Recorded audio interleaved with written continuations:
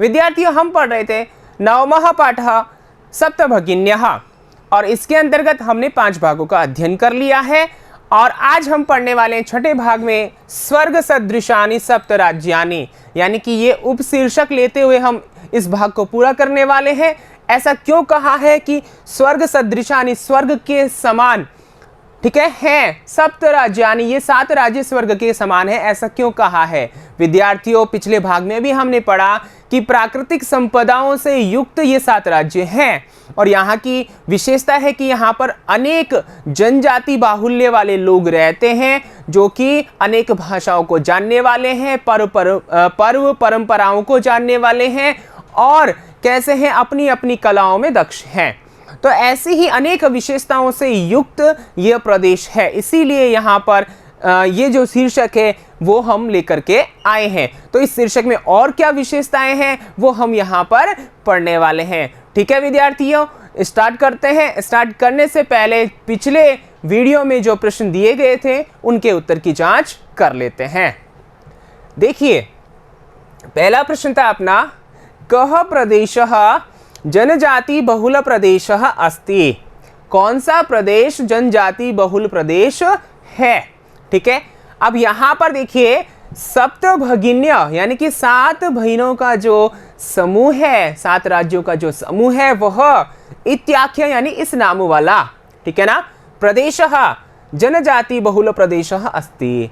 ठीक है, समझ में आ गया। तो यहाँ पर सप्तभगिन्य नाम से प्रसिद्ध जो प्रदेश है वही अनेक जनजाति बहुल प्रदेश है। ठीक है, दूसरा प्रश्न देखिए, सप्तभगिन्यः इति प्रदेशे के जनजातियां निवसन्ति। तो विद्यार्थियों आपने पढ़ा था ना कि यहाँ पर बहुत सारी जनजाति के लोग रहते हैं, कौन कौन से रहते हैं यही यहाँ पर पूछा है।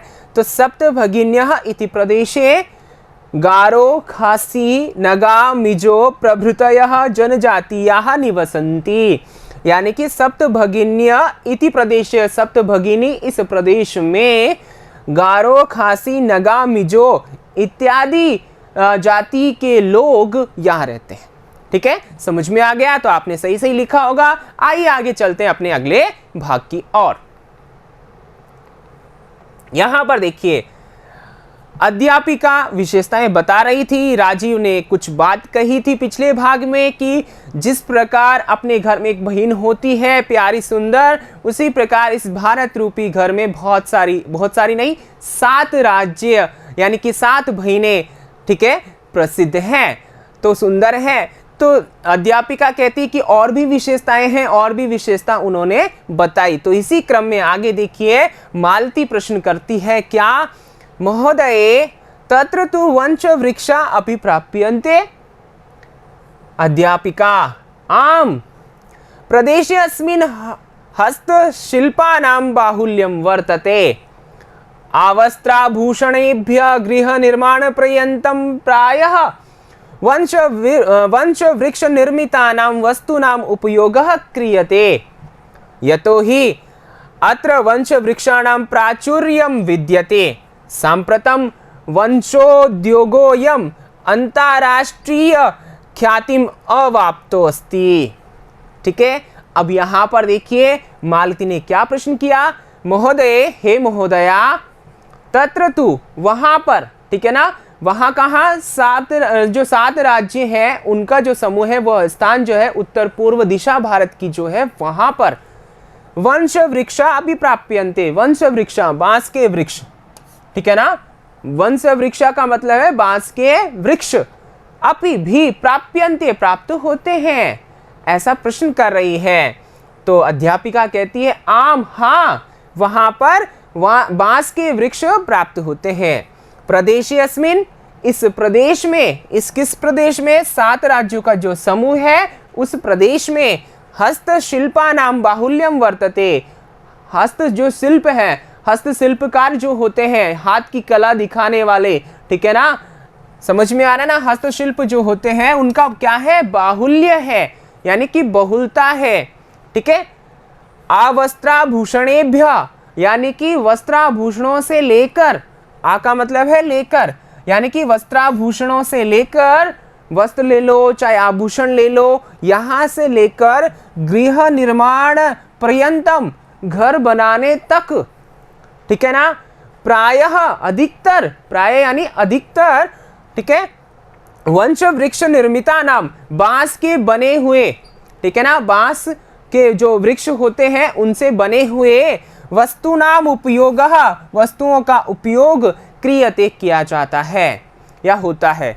देखिए विद्यार्थियों, बांस का जो वृक्ष है वो इन जनजाति लोगों के लिए बहुत महत्वपूर्ण है, क्योंकि यहाँ पर चाहे वो आभूषण हो शरीर के, चाहे वो वस्त्र हो या फिर घर का निर्माण करना हो, ये सभी जो कार्य हैं वो बांस के वृक्ष से किए जाते हैं। तो विद्यार्थियों, आप टीवी में भी देखते होंगे, सुनते भी होंगे कि वहाँ पर ऐसा घर बना हुआ है बांस का, इत्यादि इत्यादि। तो यहाँ पर यही बात यहाँ बता रहे हैं कि बांस के जो वृक्ष हैं वो बहुत महत्वपूर्ण है, ठीक है ना।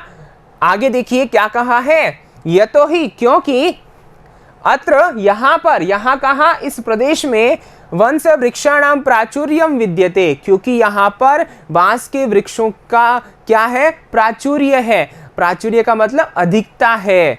तो वंश वृक्षाणाम प्राचुर्यम अर्थात बांस के वृक्षों का, बांस के वृक्षों की अधिकता है। सांप्रतम, अभी, वर्तमान में, ठीक है ना, वंशोद्योगोयम, यह बांस का जो उद्योग है वह अंतरराष्ट्रीय ख्याति, अंतरराष्ट्रीय ख्याति, इंटरनेशनल, ठीक है ना, अंतरराष्ट्रीय ख्याति का मतलब अंतरराष्ट्रीय जो ख्याति है, अन्य देशों में भी यहाँ से भेजा जाता है। अवाप्तोसी यानी प्राप्त है, यानी कि अंतरराष्ट्रीय ख्याति को प्राप्त कर लिया है। किसने? बांस के उद्योग ने। समझ में आ गया? तो यहाँ पर देखिए विद्यार्थियों, क्या विशेषता बताई गई है कि अध्यापिका कहती है मालती के प्रश्न करने पर कि यहाँ बांस के वृक्ष पाए जाते हैं, तो अध्यापिका कहती है हाँ, यहाँ बांस के वृक्ष पाए जाते हैं, चाहे आभूषण हो, वस्त्र हो या घर निर्माण करना हो, सभी कार्य बांस के वृक्षों से किया जाता है। और साथ ही यह उद्योग, बांस का उद्योग इसलिए प्रसिद्ध है क्योंकि यहाँ जो बांस के वृक्ष हैं वो अधिकता में पाए जाते हैं, ठीक है ना, और इसी वजह से यह उद्योग अंतर्राष्ट्रीय ख्याति को प्राप्त कर चुका है। ठीक है विद्यार्थियों, समझ में आ गया ना? बड़ा ही इंटरेस्टिंग है। आइए आगे चलते हैं। आगे शब्दार्थ है प्रदेशे अस्मिन, इस प्रदेश में, ठीक है ना। प्रदेशे अस्मिन, यहां पर देखिए पूर्व रूप संधि है। बाहुल्यम अधिकता, वंश वृक्षा बांस का पेड़, प्राचुर्यम अधिकता, सांप्रतम अभी या वर्तमान समय में, अवाप्तो अस्ति प्राप्त है, यहां पर देखिए अवाप्तः अस्ति, ठीक है। यहां पर जो है उत्व विसर्ग संधि है जिसके अंतर्गत गुण और पूर्व रूप होती है। वंश वृक्ष निर्मिता नाम, बांस के वृक्षों से निर्मित, ठीक है। तो ये कठिन शब्दार्थ थे, आपने जान लिए। आइए आगे चलते हैं। आगे देखिए हमारी पाठ्य वस्तु है, अंतिम रूप में है। तो यहां देखिए अभिनव प्रश्न करता है, पूछता है, ठीक है ना, बताता है क्या, भगिनी प्रदेशो एवं बहवाकर्षक इति प्रतीयते। वो बता रहा है कि जो भगिनी प्रदेशो एवं, ये 7 बहनों का जो प्रदेश है वह बहवाकर्षक, बहुत ही आकर्षक है, इति प्रतीयते, ऐसा प्रतीत होता है। बहवाकर्षक मतलब बहुत आकर्षक है, ठीक है। सलीम, सलीम कहता है किम भ्रमणाय भगिनी प्रदेशोयम समीचीना, क्या घूमने के लिए, किम यानी क्या, भ्रमणा यानी घूमने के लिए, भगिनी प्रदेशोयम, यह भगिनी प्रदेश जो है, समीचीना, समीचीन है, सही है, ठीक है ना। ऐसा प्रश्न किया गया है सलीम के द्वारा, क्या घूमने के लिए ये 7 बहनों का जो प्रदेश है वो उचित है, सही है। सर्वे छात्रा, सभी छात्र, उच्चई जोर से, ठीक है, महोदय, महोदय, ठीक है ना, यानी कि हे टीचर, हे महोदया, आगामिनी अवकाशे वयम तत्रैव गंतुम इच्छामः। आगामिनी आने वाले, आगामिनी का मतलब आने वाले, अवकाशे यानी कि अवकाश में, छुट्टी में, वयम यानी हम सब, तत्रैव वहीं पर, वहीं कहाँ, इस प्रदेश में जहाँ 7 बहनें रहती हैं उसी प्रदेश में, गंतुम इच्छामः जाना चाहते हैं। स्वरा, भवत्यपि अस्माभिः सार्धं चलतु, भवत्यपि आप भी, ठीक है ना, आप भी कौन? टीचर को कह रहे हैं कि आप भी, अस्माभि सार्धम, हमारे साथ, सार्धम का मतलब साथ, चलतु चलो, आप भी हमारे साथ चलो। अध्यापिका कहती है रोचते मेयं विचारः एतानि राज्यानि तु भ्रमणार्थम स्वर्ग सदृशानि इति। ठीक है, रोचते अच्छा लगता है, मे अयम मुझे यह, ठीक है ना। यहाँ पर देखिए मे अयम, ये जो है मे और अयम इस प्रकार है, अयम यानी यह और मे यानी मुझे, ठीक है ना, हिंदी वाला नहीं है, ध्यान रखना। तो मुझे अच्छा लगता है, अयम यानी यह, विचारा यानी कि यह विचार, आपका ये जो विचार है मुझे अच्छा लगता है। एतानि राज्यानि, ये राज्य जो है, ये 7 राज्य जो है, तू निश्चय ही भ्रमणार्थम घूमने के लिए, स्वर्ग सदृशानि, स्वर्ग के समान हैं। देखिए इसीलिए कहा है कि ये 7 राज्य क्या है? स्वर्ग के समान है घूमने की दृष्टि से। ठीक है, बात समझ में आ गई ना? तो हर कोई वहां घूमने जाएगा, जाना पसंद करता है। ठीक है ना विद्यार्थियों, आपके भी मन में इच्छा हो रही होगी ना कि ऐसे प्रदेश में तो हमें घूमना चाहिए। अवश्य घूमिएगा, आनंद लीजिएगा और यहाँ की विशेषताओं को जानिएगा। ठीक है ना विद्यार्थियों, आइए इसी के साथ हम आगे बढ़ते हैं। आगे देखिए कठिन शब्दार्थ, बहवा आकर्षक, अत्यंत आकर्षक या अत्यधिक आकर्षक। ठीक है, यहां पर देखिए बहु आकर्षक यण संधि है, समीचीनः बहुत अच्छा या सही। ठीक है, आप यहां सही भी कह सकते हो, उचित भी कह सकते हो। आगामिनी आने वाले में, यानी आने वाले जो अवकाश है उसमें, तत्रैव, ठीक है ना, वही, तत्र धन एव, यहां वृद्धि संधि है विद्यार्थियों, तत्र धन एव, अ और ए ऐ का निर्माण करते हैं। गंतुम जाने के लिए, सार्धम साथ, भ्रमणार्थम भ्रमण के लिए, घूमने के लिए। ठीक है विद्यार्थियों, तो ये समझ में आ गया होगा आपको पाठ। आइए आगे चलते हैं। मूल्यांकन प्रश्न, यानी कि ये पाठ का जो है पाठ्य वस्तु जो आपकी थी वो अंतिम रूप में थी। अब यहाँ पर इस पाठ्य वस्तु से संबंधित कुछ प्रश्न है। पहला प्रश्न, सप्तभगिन्यः इति प्रदेशे केषां बाहुल्यम अस्ति। ठीक है, दूसरा, वंश वृक्षाणां प्राचुर्यम कुत्र विद्यते। ठीक है, कः उद्योग अंतरराष्ट्रीय ख्यातिम अवाप्तः अस्ति। ठीक है, चौथा है कः बहवाकर्षक इति प्रतीयते।